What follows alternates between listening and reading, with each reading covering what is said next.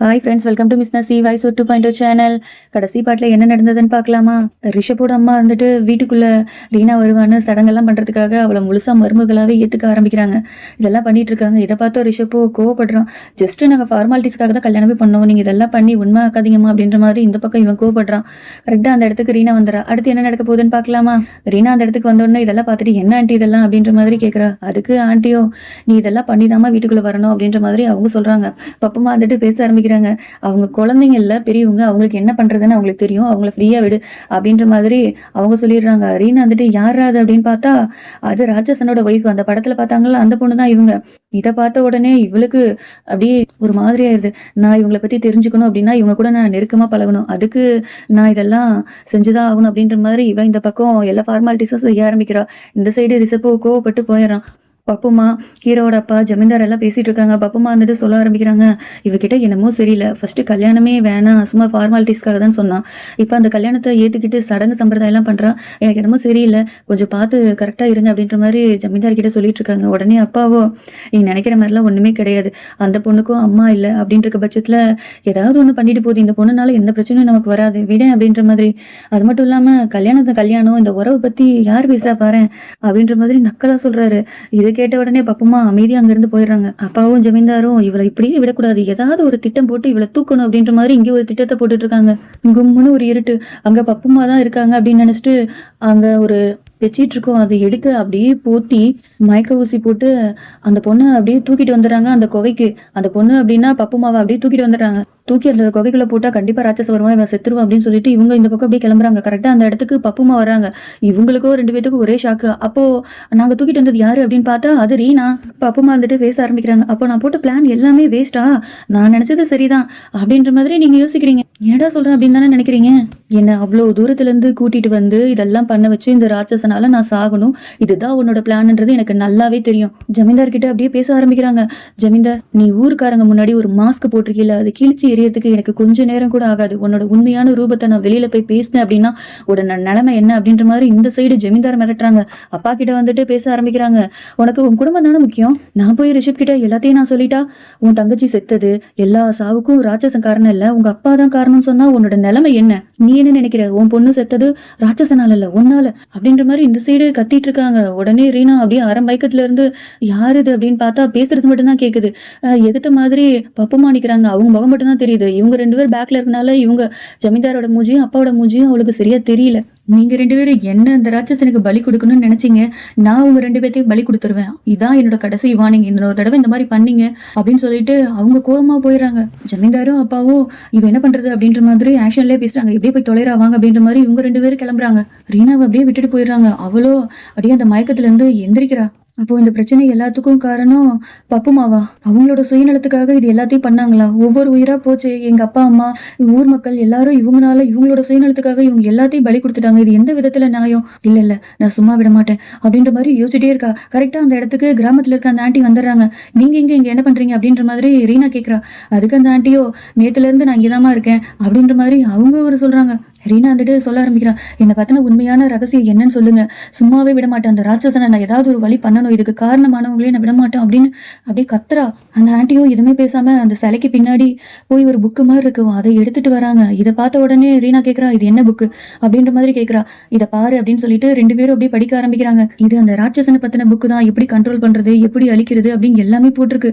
அப்படியே ஒவ்வொன்றா படிக்கிறாங்க. தண்ணியும் பூவும் அவனை கொஞ்ச நேரம் மட்டும்தான் பலவீனப்படுத்தும், ரெண்டாவது ஒரு விடுகதை மாதிரி இருக்கு, உனக்கு தெரிஞ்சவங்க விளக்குங்க, அது பாதை தன்னால உருவாகும் அப்படின்னு போட்டிருக்கு. மூணாவது அந்த ராட்சசன், நாலாவதா யாரையாவது கொன்னா மட்டும்தான், அதாவது அவனை மாதிரியே இருக்கிற ஒரு ராட்சசனை கொன்னா மட்டும்தான் அவனுக்கு முக்தி கிடைக்கும் அப்படின்னு போட்டிருக்கு. அது ராட்சசனோ இல்ல வேற யாரோ சொல்றாங்களான்னு தெரியல.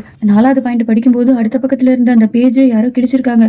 எப்படி நம்ம இதை கண்டுபிடிக்க போறோம் அப்படின்ற மாதிரி ரீனா இந்த பக்கம் டென்ஷன் ஆகுறா.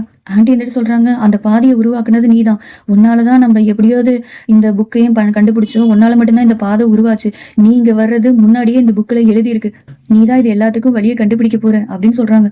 மறுநாள் விடிஞ்சிருது. ரிஷப் பெட்ரூம்ல தேடி பாக்குறான், ரீனாவை காணோம். சரின்னு சொல்லிட்டு குளிக்கலான்னு போகும்போது அவ ராக்கெட் கொடுத்து வச்சிருந்திருப்பாள்ல, சரி பாக்கலான்னு ஓபன் பண்ணி போகும்போது தங்கச்சிக்காரி வந்துட்டு ரீனாவை எங்கேயும் பாத்தியா அப்படின்ற மாதிரி கிண்டல் பண்ணி பேசுறா. அவனும் இங்கதான் எங்கேயாவது இருப்பா, நீ முதல்ல போ அப்படின்ற மாதிரி விரட்டி விட்டுறான். பப்புமா வந்துட்டு ஜாக்கிங் அதான் வாக்கிங் போலான்னு சொல்லிட்டு அப்படியே கிளம்புறாங்க. ஜமீன்தாரும் அப்பாவும் சொல்றாங்க, பார்த்து ராட்சஸ் இருப்பான் அப்படின்ற மாதிரி அவங்க சொல்றாங்க. அதுக்கு அவங்களும் எனக்கு எல்லாம் தெரியும் அப்படின்ற மாதிரி சொல்லிட்டு அவங்க கிளம்புறாங்க. கரெக்டா அவங்க வாசல்ல போகும்போது ரீனா வந்துடுறா. என்ன நீ இந்த பக்கம் இருந்து வர அப்படின்ற மாதிரி கேக்குறாங்க. ரீனாவும் நான் எங்க போவேன், நான் இங்கே தானே இருப்பேன் அப்படின்ற மாதிரி இவ பதிலுக்கு சொல்றா. இல்லம்மா வெளியில இருந்து வரியே, அதைத்தான் அவங்க கேட்டாங்க அப்படின்னு அப்பா அப்படியே ஏதாவது மழுப்புறாரு. இல்ல அங்கிள், சும்மா வாக்கிங் மாதிரி போயிட்டு வந்தேன் அப்படின்னு சொல்லிட்டு ரீனா சொல்றா. சரின்னு சொல்லிட்டு பப்புமா அப்படியே வாக்கிங் போறாங்க. ரீனாவும் உடனே போய் ட்ரெஸ் எல்லாம் மாத்திட்டு அவங்க கூட போய் வாக்கிங் போறா. பப்புமாக்கு இவ எதுக்கு நம்ம கூட இங்க வாக்கிங் போறா அப்படின்ற மாதிரி யோசிக்கிறாங்க.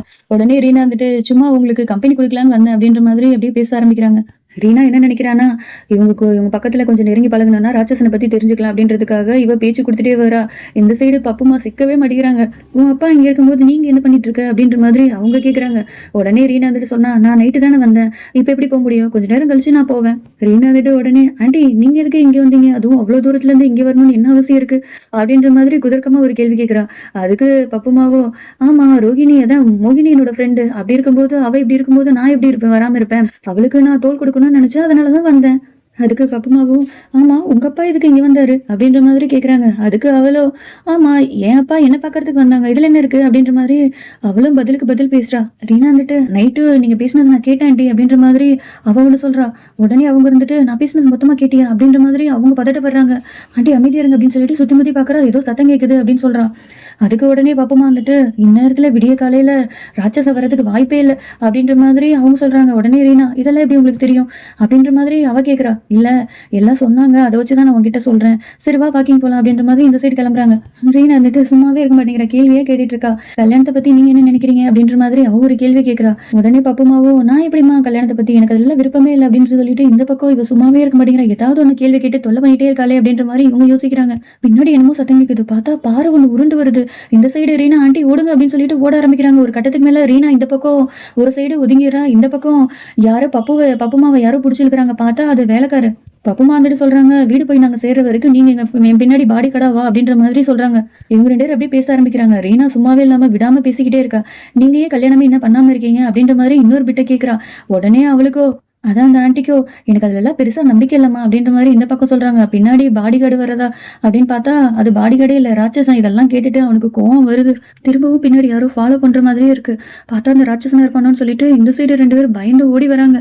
2 பேரும் வழி மாறி போயிடுறாங்க. கரெக்டா பப்புமாவை ஏதாவது அந்த மரம் அப்படியே 4 பக்கமும் 4 மூலையில அப்படியே தூக்கி அந்த வேர் அப்படியே கொஞ்சம் கொஞ்சமா காலை அப்படியே சுத்த ஆரம்பிக்குது. ரீனா என்னை காப்பாத்து அப்படின்ற மாதிரி இந்த பக்கம் பப்புமா அப்படியே சத்தம் போட்டுட்டு இருக்காங்க. ரீனா ஒரு வழியா வந்து அவங்கள காப்பாத்தி கூட்டிட்டு போறா. கரெக்டா பின்னாடி பார்த்தா வேலைக்காரன் நிக்கிறான். உடனே பப்புமா வந்துட்டு சொல்றாங்க, உனக்கு எத்தனை தடவை சொல்றேன், நான் எங்க வீடு போய் சேர வரைக்கும் எங்களுக்கு பாடி கார்டா இரு, நீ பாட்டுக்கு விட்டுட்டு போயிடறேன் அப்படின்னு கண்ணா பின்னான்னு பேசிட்டு இருக்காங்க. இவ பேசுறது அப்படியே கேட்ட உடனே அந்த ராட்சசனுக்கு எச்சாக்கவும் வந்து கொஞ்சம் கொஞ்சமா மாற ஆரம்பிக்கிறான். இதை ரீனா நோட்டீஸ் பண்ணிட்டு, ஆண்டி நீங்க பேசுறது நம்ம பாடி கார்டு கிடையாது, இவன் ராட்சசன் அப்படின்னு சொன்ன உடனே அவன் அப்படியே உருமாற ஆரம்பிக்கிறான். இவங்க 2 பேத்துக்கு என்ன பண்றதுன்னே தெரியல. காட்டுக்குள்ள அந்த ஒரு வீடு மாதிரி இருக்குள்ள அந்த வீட்டுக்குள்ள போயிடுறாங்க. அந்த ராட்சசனும் இவங்களை அப்படியே கழுத்தை பிடிச்சு தூக்குது. ஆப்ஜிதா திரும்ப வந்துட்டியா, நான் உன்னை விடவே மாட்டேன், நான் இப்படி இருக்கிறதுக்கு காரணமே நீதான், உன்னை நான் சும்மாவே விட மாட்டேன் அப்படின்ற மாதிரி பிடிச்சி தூக்குது. இந்த சைடு ரீனாக்கு என்ன பண்றதுன்னே தெரியல. அந்த இடத்துக்கு கரெக்டா ரிஷப்பும் வந்துடுறான். ரிஷப் வந்த உடனே அந்த ராட்சசன் அப்படியே மறைஞ்சிடறான். சரி வாங்க வீட்டுக்கு போலாம் அப்படின்னு சொல்லிட்டு எல்லாரும் கிளம்புறாங்க. பப்புமா அப்படியே பயத்தோட உச்சிக்கே போயிடுறாங்க. ஹீரோட அம்மா இருந்துட்டு சொல்றாங்க, நீங்க எதுக்கு அங்கெல்லாம் போனீங்க அப்படின்ற மாதிரி கேள்வி கேட்டுட்டு இருக்காங்க. அதுக்கு ரீனா சொல்ல வருவா, உண்மையை சொல்ல வருவா.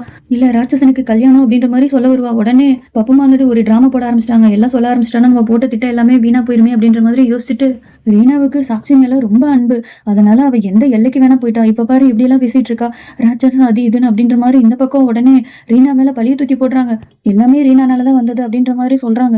ரீனா வந்துட்டு இல்ல இந்த ஆண்டி போய் சொல்றாங்க அப்படின்னு சொல்லிட்டு சொல்ல வருவா. ரிஷப் இருந்துட்டு நான் கூட்டிட்டு போறேன்னு சொல்லிட்டு ரீனாவை கூட்டிட்டு போயிடுறான். மேல போய் ரீனா கிட்ட கண்ட மேடிக்கு திட்டுறான். உன்னை யாரு இங்க வர சொன்னது, முதல்ல நீ ஊருக்கு கிளம்பு அப்படின்ற மாதிரி அவன் டென்ஷன் ஆகி கத்துறான். உடனே ரீனா வந்துட்டு நான் ஏன் ஊருக்கு போகணும், அந்த ராட்சசனை கொல்லாம நான் ஊருக்கு போக மாட்டேன் அப்படின்ற மாதிரி இவன் இந்த பக்கம் கத்துறான். முதல்ல நீ ஊருக்கு கிளம்பு, நீ எனக்கு ரொம்ப முக்கியம் அப்படின்ற மாதிரி ஃப்ளோல வார்த்தையை விட்டுறான். இதை கேட்ட நம்ம ரீனாவுக்கு ஒரு மாதிரி சந்தோஷப்படுறான். நான் இல்ல, இந்த குடும்பத்துக்கு நீ ரொம்ப முக்கியம், அதை தான் அப்படி சொன்ன அப்படின்ற மாதிரி உடனே பேச்ச மாத்திடுறான். அடுத்து என்ன நடக்க போதுன்னு தெரிஞ்சுக்கணும்னா வெயிட் பண்ணுங்க. அது வரைக்கும் பாய் ஃப்ரெண்ட்ஸ்.